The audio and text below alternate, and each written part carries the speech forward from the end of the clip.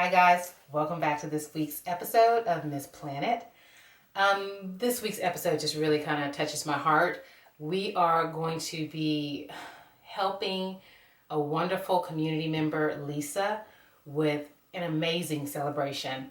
Lisa is celebrating the end of chemotherapy as well as a birthday. I mean, it just amazes me how wonderfully blessed she is to be finishing up chemo as well as celebrating a birthday. I think we can all say that cancer has touched all our families in some way, and I am no stranger to that. And I just finished helping a very dear member of my family finish their chemo, and I'm so glad and blessed to say that they are healed and whole. So I just want to thank Lisa. Thank you, Lisa, for allowing Miss Planet to be a part of your fantastic celebration. And as you can see, this is what we're going to be creating for it. I'm calling it Passion Pink Centerpiece. And I hope you join us. So let's get ready for our supplies and get started. Thanks for joining me, guys. I'll see you in a snap. So here's our inspiration picture that we received from our community member, Lisa. Let's make her vision happen. All right, let's get to our supplies. So we're going to start off with our 11-inch cylinder vase. We're going to make it actually 16 inches by attaching it to our hurricane vase with our wonderful E6000. So we'll do that. We've done this before, but if this is your first time joining us, really cool trick to make a shorter vase taller. Next, we're going to be using our fishbowl vase, one of them. We have two different trims. One is a pearlesque trim and one is ivory ribbon. We have one floating candle as well as some jewel embellishments. Our round foam ball, this one is 7 by 8 inches. And then we have an assortment of flowers that we're going to be using, all of which were either purchased from the 99-cent store or Dollar Tree. And then there is one situation where we actually bought our hydrangeas from one of the local craft stores. Step 1. We're going to change just a regular 11-inch vase, and we're going to make the vase about 16 inches by adding another smaller vase to it. This is our end project, and I'm going to show you how to do this very quick and simple. So you're going to, of course, take off the tag. The tags come off very simply with an SOS pad. It's the best thing. Very easy peasy. So you're going to take off the tags, of course, first. Then you're going to take your E6000, simply put it on the rim, attach the top vase, and then I always get 3 or 4 trusty dictionaries. You know, I'm one of those persons that have dictionaries in their house still. And I put the dictionaries right on top and let it sit for 30 minutes, and it will be stuck like glue, all right? And you do.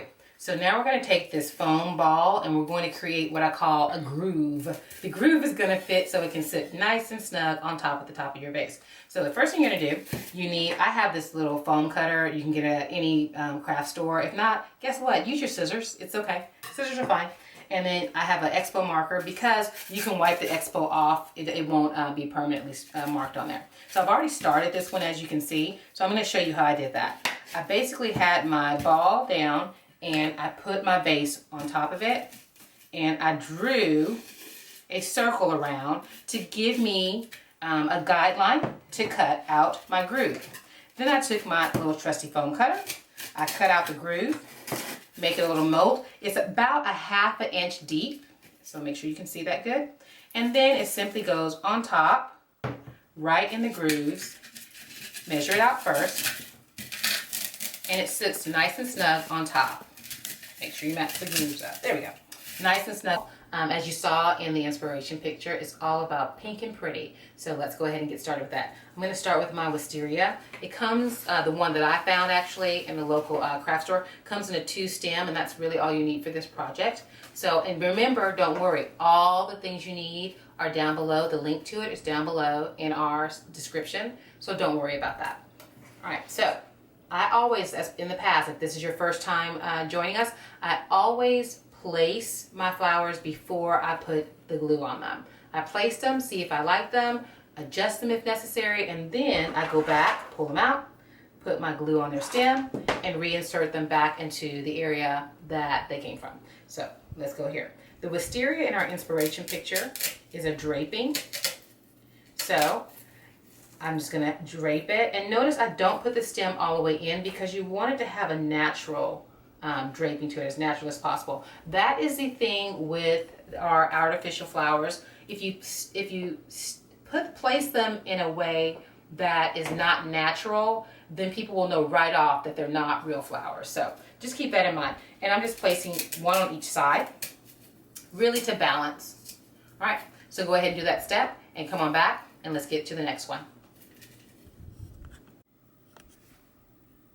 So the next step, we are now going to add this little jewel hanging, I call it kind of like a chandelier piece to it. So simple to make, you're not going to believe it. So what you're going to need is some floral wire.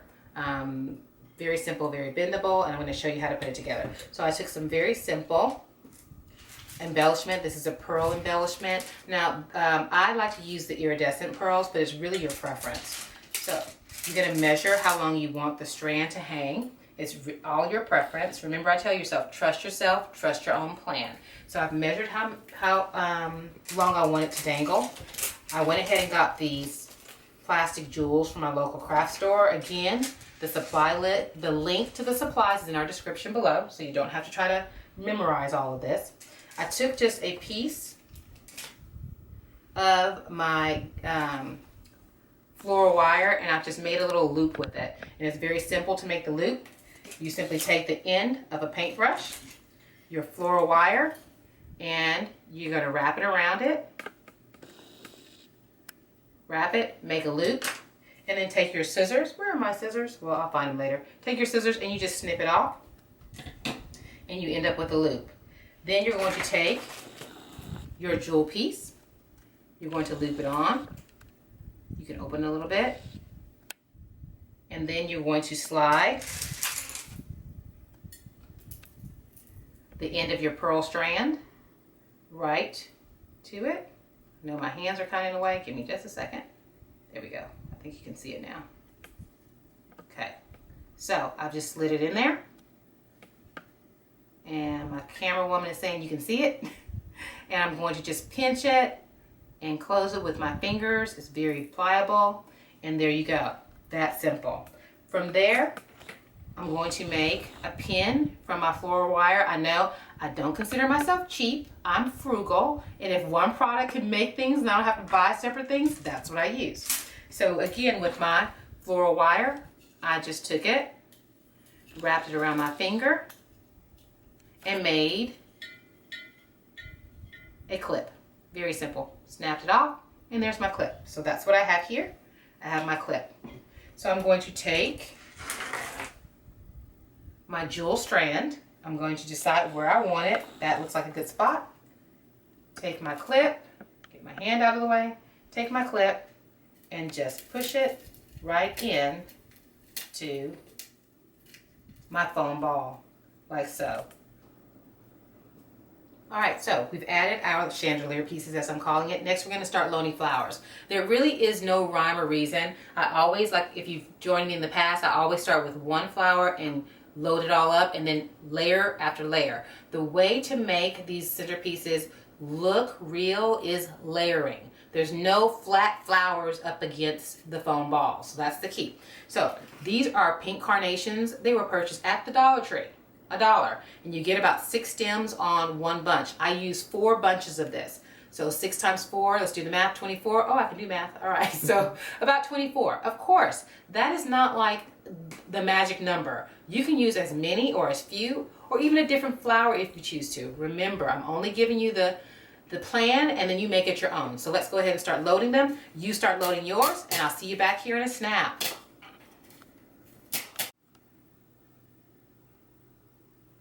All right, look at what we've created already just with the pink carnations.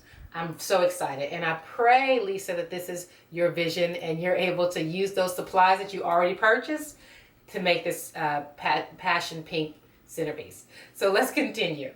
I then went and bought these roses also from the Dollar Tree. Again, guys, it's all a matter of how you put it together. You don't have to go and buy these expensive silk flowers. You can do so many things with what you can find at the Dollar Tree. So let's get started. I've used 3 of these in this centerpiece. And again, I'm just now going to go back and fill in the spaces. I'm going to have some come out further than others. I try really hard not to have any that are flat against the foam because it gives it that dimension that it has to have in order for the centerpiece to appear more realistic, or that you have actual natural growing flowers. So I'm gonna load my pretty and pink roses. All right, so we're back. As you can see, this is just getting more and more beautiful as we layer the flowers, layer. Oh, by the way, did you know that you can purchase these flowers from the dollar store in bulk? It's amazing. I just love it. So you can actually go to our link below, click on the link. It'll take you to our To Market page, and you can click on the specific flower. It'll take you to the Dollar Tree site, and you can order these flowers in bulk. So excited about that new feature on our website. Visit our website if you get a chance. It's awesome. So here we go. Our next thing we're going to add is our hydrangeas. There we go. This is kind of like our focal flower. It's bigger. This was actually purchased from one of the local craft stores, and it came on a stem of 5. So again, that link is also in our description, so don't worry about trying to remember all that. So what I'm going to do is I kind of have some areas in mind based on the inspiration picture as to where I want to put these. There is no specific place to place them, so just trust yourself, guys, and put them where you think it would be best, where they are the focus. All right, I am absolutely loving this. Lisa, I hope this is matching your vision for your wonderful celebration. So let's wrap this up. We're very close to finishing our main part of our centerpiece. So the next thing is, you will notice that we have a couple of blanks, somewhere you can see some white. Well, that's where we're going to bring in what I call like our bulk flowers, the flowers that we get that are not necessarily expensive, but they can cover and be a background color. Typically, I pick a color closer to the darker color for dimension, so that you won't be able to see that they're flat up against the white. They just add an extra dimension. All right, guys, so the last little piece for our centerpiece is going to be this base. I just kind of like to cover up where we've attached the 2 bases together. I mean, it's just my personal preference. If you like it, leave it like that. Go for it. Yay, you're done. If not, you can add this little extra spot. So I just took some basic satin ribbon and measured it, and I'm going to attach it to the bottom. So I'm just putting some glue on one end, and don't worry about the frame because we're going to fold it in the back and you won't see any of that.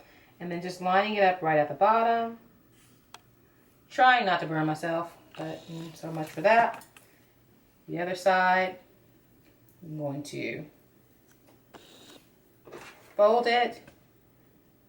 You can't see this so much. Put glue on it and match it on the other end. Very simple. Okay, so then from there, I'm going to take my same bead embellishment that we used at the top, and I'm going to add it on like so. So go ahead and do that step if you like that step. Otherwise, come on back and we're going to finish the project. Okay, so we're back and we're wrapping this up. I just wanted to add a little extra something. If you just like the centerpiece and that's what you want to use for your event or party or wedding, that's wonderful. It's a wonderful standalone piece. But I was just thinking about how to add a little extra something to it. And so I've added this floating candle display. And as you can see, I just went ahead and added some of our garland roses and kind of made it connect so it flows right with the candle, and it just looks absolutely beautiful once you light the floating candle. So let's talk about how I made that. Very simple. Floating candle, 99¢. Fishbowl, 99¢, and some trim. So all you're going to do is take your trim and take your wonderful hot glue gun. Now if you want it to be permanently affixed, then go ahead and use your E6000. But if you want to be able to reuse the fishbowl, you know I'm all about recycle, reuse, then just use your hot glue gun. And you're just going to go ahead and set it right on the rim all the way around. Very simple. And it takes literally a minute or so to get it done. You're going to go all the way around and set it. So once you've done that, you will then just fill up, of course, take off the tag with your SOS pad. You will then, oh, not enough glue, there we go. You will then fill that with water and add your floating candle. And when all that's done, this is what you end up with. Move it right here. All right, so we have set the table. Lisa, I hope we made you proud. I love how it turned out. Your inspiration picture was inspiring to me, as well as you celebrating the end of your chemo and your birthday. I've even lit a candle for you if you can see it. This entire centerpiece was under $40. Thank you for joining us this week for our segment. Lisa, I hope this met your vision. I'm so excited about your very special celebration for your wonderful milestone. And everybody else, if you like this video, please like us on Facebook, Pinterest, Instagram, and Twitter. Subscribe to our channel so you will know exactly when our videos come up every Wednesday. And please remember that when every penny counts, count on this planet. Thanks again. See you soon. Bye.